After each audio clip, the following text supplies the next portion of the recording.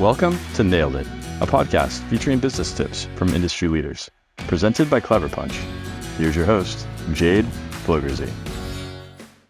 On this episode of Nailed It, we are joined by Sara Caputo, a workflow coach, consultant, and professional development trainer with over 20 years of experience.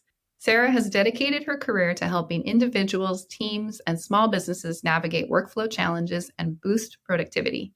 She's the author of The Productivity Puzzle, a nationally recognized model that helps people develop personalized strategies to optimize their work lives.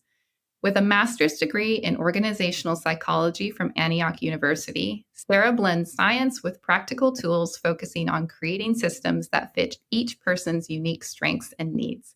Her top 5 StrengthsFinder traits, discipline, responsibility, input, relator, and developer, highlight her commitment to helping others thrive in a structured yet flexible way. Welcome to the show, Sara. Thanks, Jade. I'm happy to be here. I'm so excited about this conversation. Organization is one of my favorite things to work on, to try to tackle. And I invited you on the podcast because I hear from our clients in this network, in these industries, especially general contractors, the trades, that organization is one of their biggest challenges. And we see that when we work with them. And one of the biggest roadblocks we run into is that they don't know their passwords to their accounts. That is the number one challenge that we run into when we're onboarding with a client. That's so funny. But we all have our strengths, right? Yes. So yes. I'm excited to get into this, and maybe we can help our listeners with their challenges with organization. First, before we dive in, I'm so intrigued by a degree in organization psychology. I did not even know that was a degree that you could study. Tell us more about what you learned during that time. Yeah.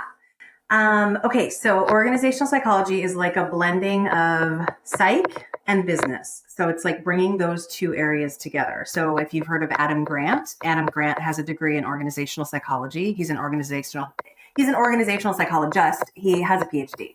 I have a master's. But that was a degree that really was born out of my love of wanting to be, or my interest in wanting to be a psychotherapist when I was younger. That was sort of what my path I thought was. And when I got to grad school, I really realized that I didn't want to go through all the hours to do the internship and all of that. And I didn't want to be sort of the typical psychotherapist. So I went this route, and Antioch is a wonderful, wonderful liberal arts school that really allows you to have flexibility in your major. And so there was a track there that you could kind of jump into. You could either go psychology, you could go business, you could go this with a concentration. So my whole thing was like a concentration. The backbone of my degree was psychology. And then I concentrated in like coaching and different sort of business areas that were interesting to me. So it blended those things together, and I got to do a lot of really creative stuff, and they really allow that. And it was such a great place to get a degree. So yeah. So that's what it is. I really didn't know what I wanted to do with that. And interestingly enough, when I got that degree, I kind of just followed the bouncing ball. And I started off this whole part of my career, for 8 years, probably about 8 years, I was a professional organizer. So I had a business called Radiant Organizing, and it was very successful. I had a team, and we downsized, and I have been in every nook and cranny and really helped people transfer the skills of not just like, we're going to clean all your crap out, but we're going to really help you set up systems and transfer that learning to you so that you can continue to be organized in your kitchens and homes and businesses. I really focused a lot on paper in businesses and home offices. And then I got into more offices, commercial offices, working with individuals when paper was more of a big deal. Physical space is still an issue for some people, but like paper's not the main driver of why people are working with me anymore. So that was really fun. And then I just got into more consulting coaching and really shifted to Sara Caputo consulting. So I have this term that people call me, which is the Sarapist, which is like the most endearing phrase you could ever use with me, because it's this blending of like everything I love. I'm like a workplace therapist, a productivity coach, and a workflow consultant. So it brings it all together. And I love being called the Sarapist. So that's what kind of where it started and where it's got me now. I love it. Amazing. So what kind of challenges do you help business owners with specifically? Yeah. The biggest thing that I help teams with is helping leaders and managers really understand their team better. So I do something called collaborative coaching, where my model is to come in. I have sort of this deep belief that the employees really know what's happening in the business, and they really have the best ideas on how there could be process improvement. So through the way that I work with people, if I'm going to work with you in a consulting way, it's going to be, I'm going to do one-on-ones with everybody in your team.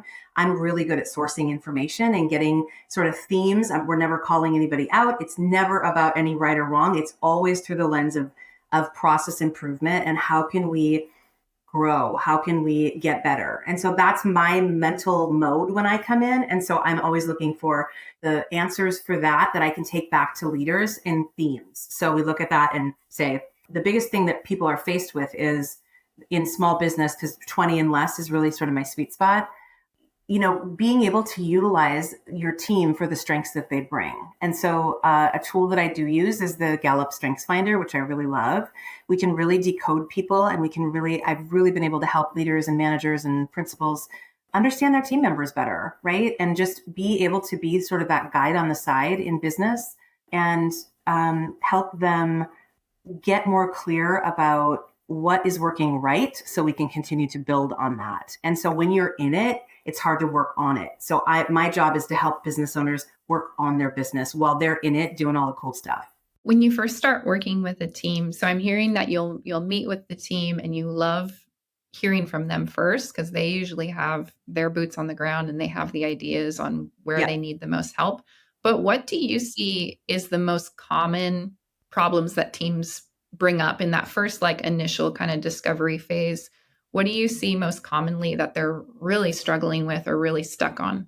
Very often it's a lack of clarity on expectations, on roles. Roles haven't been fleshed out. Very often in a small team, what happens is there's a principal who started a company, then they realize they need people. They haven't really been trained in leadership. They haven't really been trained in management, and they don't really need to be, but they need to have sort of an idea of how they're going to grow their people, right? So when that's missing, employees really feel that. So I think that, the biggest thing that I see in that is I don't feel seen. We haven't done performance reviews. I don't know where I stand. The worst thing for an employee is to never know where they stand with their boss. So I really help bridge a lot of that communication gap that I think has happened. And usually it's just by putting some structure in, hey, you need to go back to the principals and say, let's get some performance reviews set up. Let's get your quarterly, one-on-one set up. So just some simple structures that we can put in place that people can, kind of sink into. But their brain power is really on the work, right? So it's helpful to have somebody, sort of another third set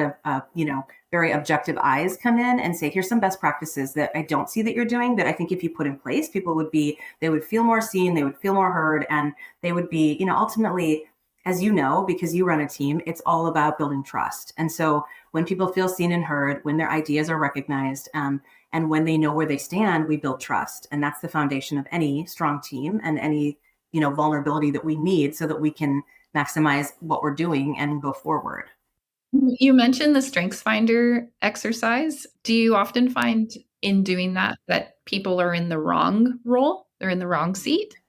Yeah, that's a really good question. There's only been a couple times where we've been let's try to switch this. We have a client-facing person with, very strategic thinking strengths where maybe they're in their head a little bit more and that doesn't come super natural to them.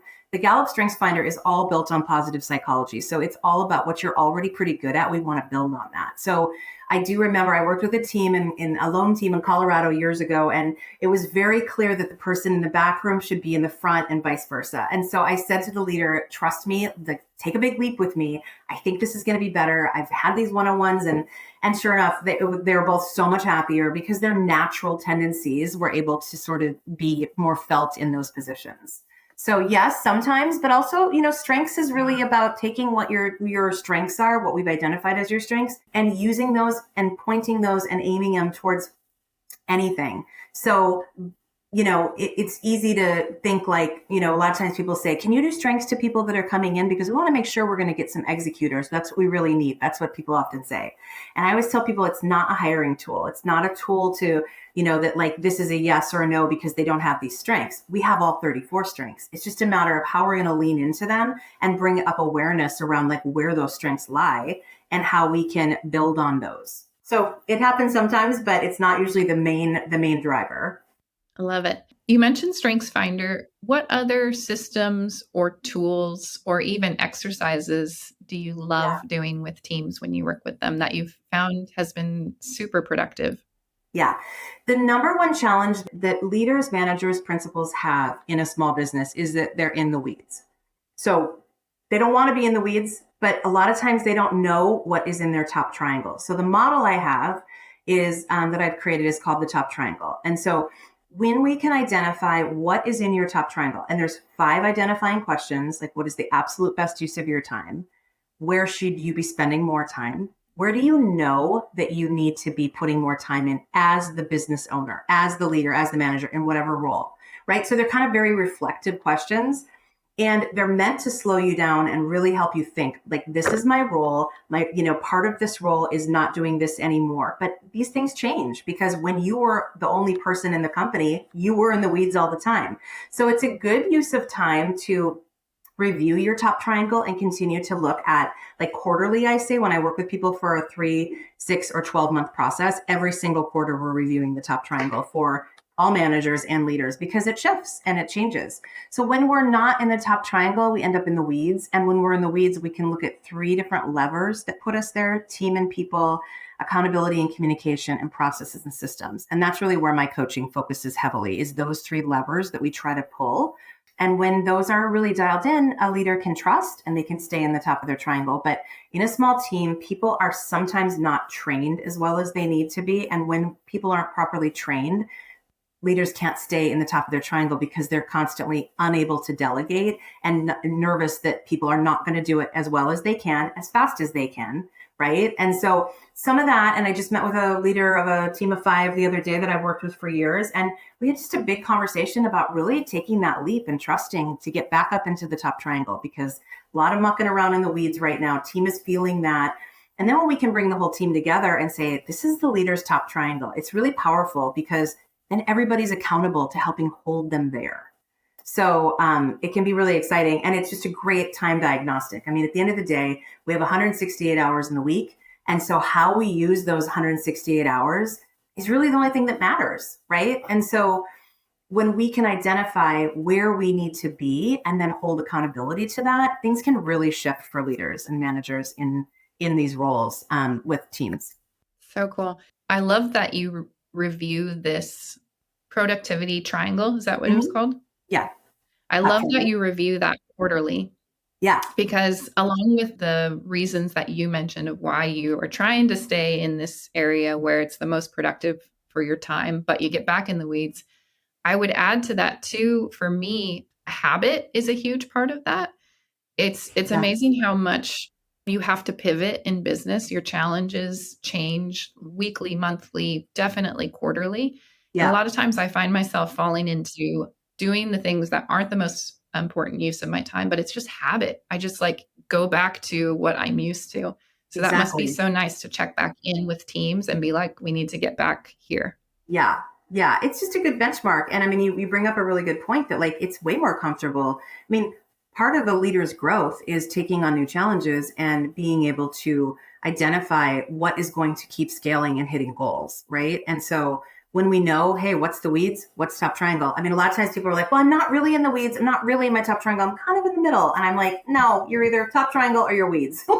There is no middle. And when we let there be a middle, that's when we kind of get this comfortable place, right? So it's we got to keep taking this leap and staying in the top of our triangle. And that is uncomfortable a lot of the time because it's the driver, right? We're driving sales, we're driving vision. And sometimes we don't even know what we're doing up there. So then that brings up a whole nother conversation. But the point is we review it consistently so that we are staying on top of it and we know where we should be spending our time. And then what I like to do is I like to continue to rubber meets the road when we can see where are those time blocks, right?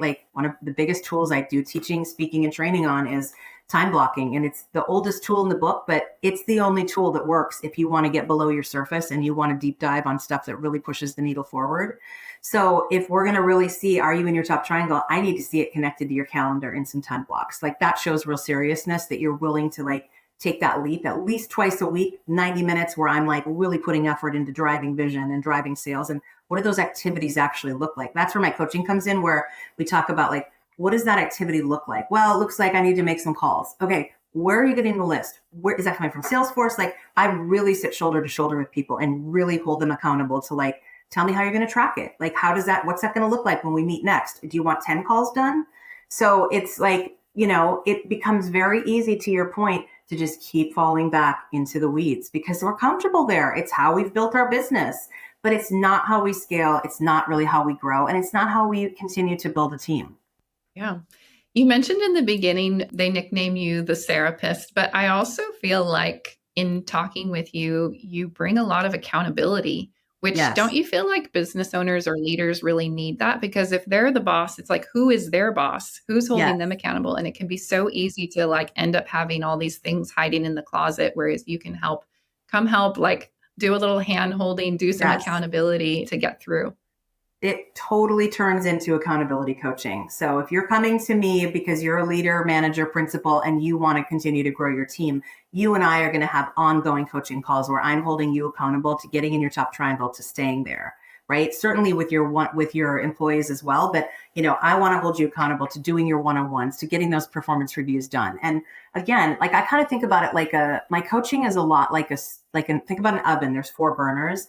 When you're working, you're in the front, right? Like that's where the money's coming in and you're working in the front burners. But there's stuff on the back burner that we have to keep pulling forward. A lot of that is employee development. It's how do we increase engagement? It's how do we help our employees learn and grow? I mean, everybody wants to learn and grow. Everybody wants their stepping stone path to the next level in the business. Very often we haven't thought about that. So it's my job to keep moving those hot pans of water to the front so they can get boiling as well. And we can keep those coming up. So my coaching really focuses on what are those things? And then when you meet with me, we're going to keep pulling those to the front. Even though you're busy and you have a lot going on in your business, we need to continue to focus on what's on the back burner and get that to the front as well, because you've identified you want to continue to grow in these areas. So yeah, we crack the whip a little bit too, but in a very loving way. What transformations have you seen in working with teams from the day that you come in? Because people are calling you when they're at rock bottom. They're like, I need help. I'm stuck. Everything's a mess. And so what have you seen in your experience from that point until however long you work with someone? Yeah. My typical process of working with people is either 3, 6, or 12 months. I mean, I've worked with people for 8 years. Certainly we can, go longer than a year or shorter, but, I have a 3-month process. And in that time, depending on where we start off, it's usually that we want to give the team some ability to understand each other better. So we do that through starting with the Strengths Finder. I meet with people individually one-on-one, and then I bring everybody together. Another part of my background is team building and team bonding. So I love bringing the team together, doing some experiential activities to help them really understand, getting groups. I'm doing one this afternoon for a small design team of 5 people. And so I was just making the agenda, and I'm kind of grouping people up based on their strengths and how they can talk about their basements and their balconies. So that's a big piece of what's happening in terms of a transformation. And just by doing that and helping implement some of the structure that happens, trust is built. So I definitely see a lot of trust built when that's starting to happen between principals and employees and the employee group. Definitely see the logistical part of business move forward. When we have, in a company I'm working with right now, we've implemented a middle management meeting. They've got 4 people sort of in middle management. We're trying to pull the owners out and get them out of the weeds a little bit more. So in order to do that, we need to implement a middle management meeting. So like that's been something that we've done, and we're seeing the principals being able to be pulled out and drive vision a little bit more because now we've got structure here. So in the middle.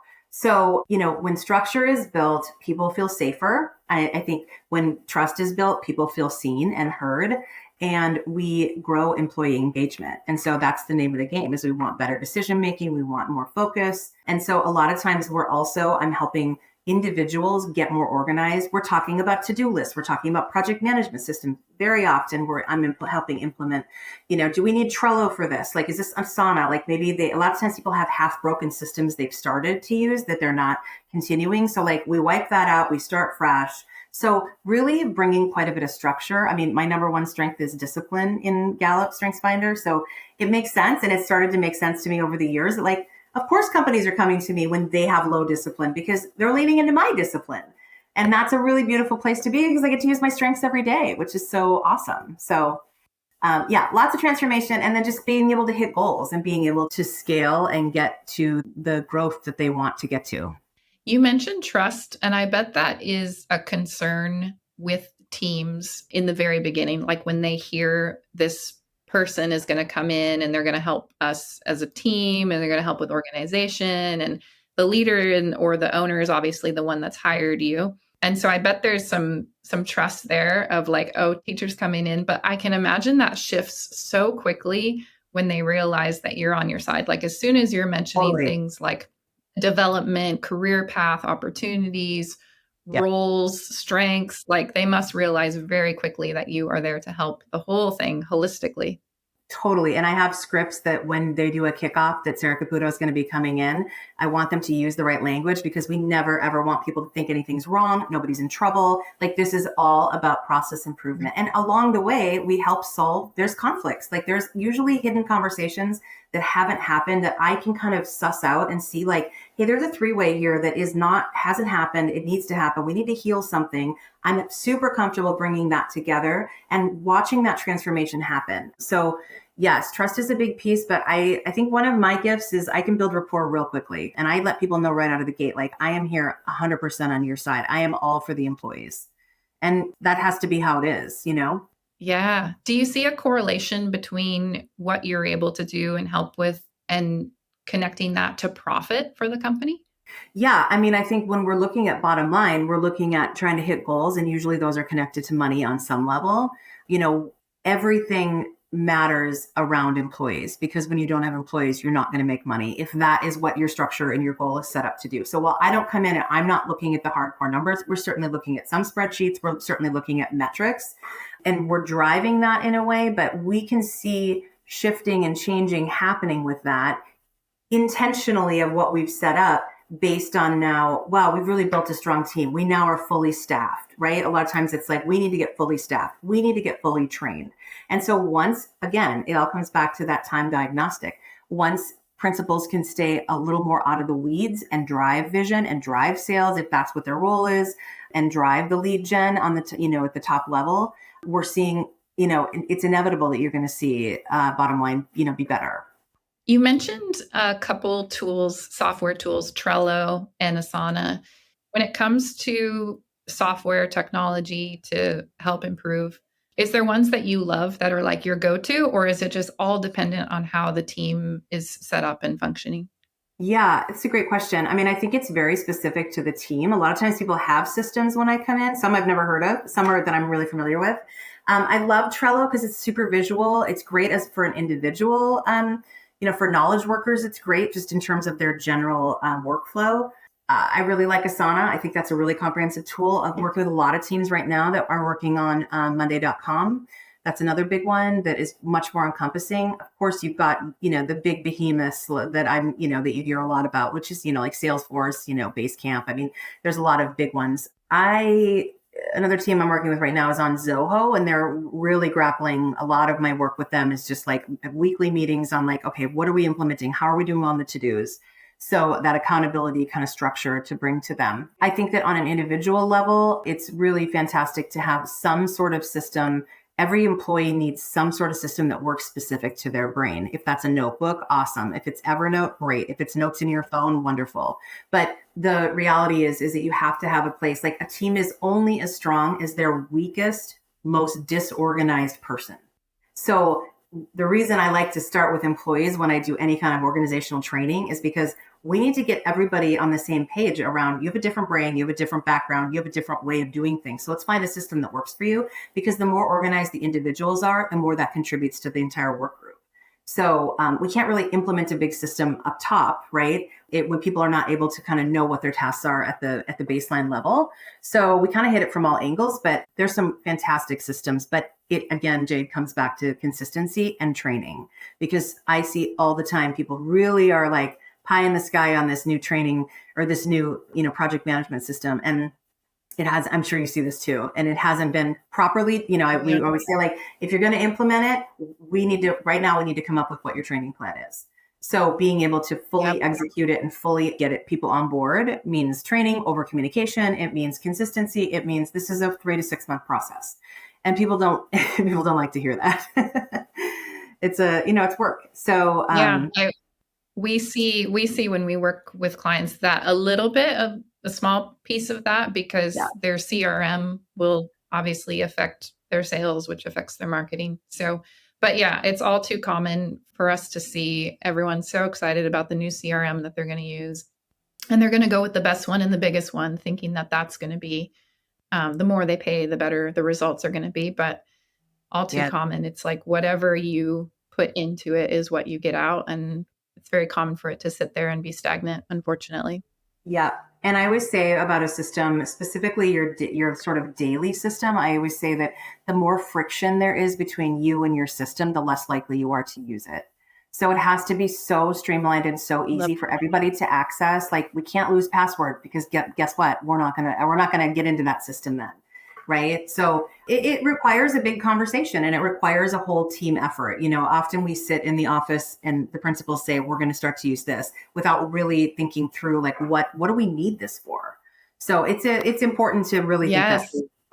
Yeah. Amazing. I love this conversation. It is so clear that you are so good at what you do, and beyond the hard skills that you bring when it comes to organization and strengths and employees and team building and roles. Beyond that, you are just such a lovely force to be reckoned with. Like, you are positive and motivational and excited. And every time I've interacted with you, you're just like at this level that I'm sure people would want to be around. So thank you so much for this conversation. Before we sign off, I would love to do a rapid fire with you. Okay. If you're ready.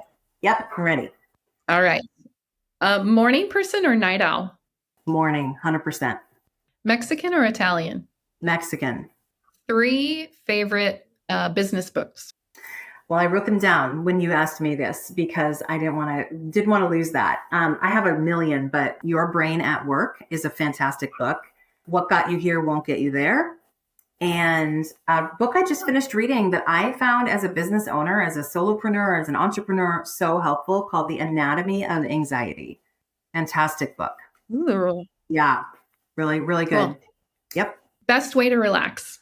Gardening and puzzling. I love a good puzzle, and I have a very big garden that I love to live in. Beach or mountains? Beach. Must do for your morning routine? My morning routine is pretty structured. I would say the must do is AG1. Athletic Greens. It's a green drink. Mix that up with some electrolytes and some protein, so I can get a little extra protein in the morning. So I drink that while I'm sort of moving around in the beginning to get going. Oh, that's inspiring. I'm needing to do that. Your hype song? It's funny. I can't think. Like, I mean, this is going to sound so funny. Like, I love Journey. I mean, I love music. I just don't necessarily. Like, I hear certain songs and I'm like, "Ooh, that's such a fun song." But I can't say that I have an actual hype song. I mean, I don't know. Maybe some AC/DC goes back to my roots. Yeah. Amazing. If someone's listening and they have challenges with organization, productivity, focus, what is the best way for them to reach out to you? Yeah, just shoot me an email, Sara Caputo Consulting. My process is really simple. A lot of times people just reach out and they're like, I don't really know what I need, but I think I need something, which is a very normal statement I get. And I'm like, well, let's chat. Let's see if there's what you need is something I can help you with. So there's never any pressure. There's never anything out of the gate. It's really just, we start with a conversation to see what that looks like. So you can always shoot me an email. I'm on LinkedIn. I'm on Instagram. I have a shout out that I do twice a month. So that's fun. I share client tools and different things. So you can go to my website, saracaputoconsulting.com, and sign up there. Amazing. Sara Caputo, thank you so much. Loved our conversation. Thanks, Look forward Jade. to collaborating with you again in the future. I can't wait. This is so fun. Thank you so much for having me. Have a great day. Thank you for listening to this episode of Nailed It, business tips from industry leaders, brought to you by Clever Punch. Nailed It is all about connecting with people, building relationships, and helping each other. If you're interested in connecting with any of the guests on our episodes, You can find their contact info in our show notes or on the podcast page at cleverpunchco.com. You can also email info@cleverpunchco.com with any questions or feedback. I'm your host, Jade Flogerzy. Thank you for tuning in. We'll see you next time.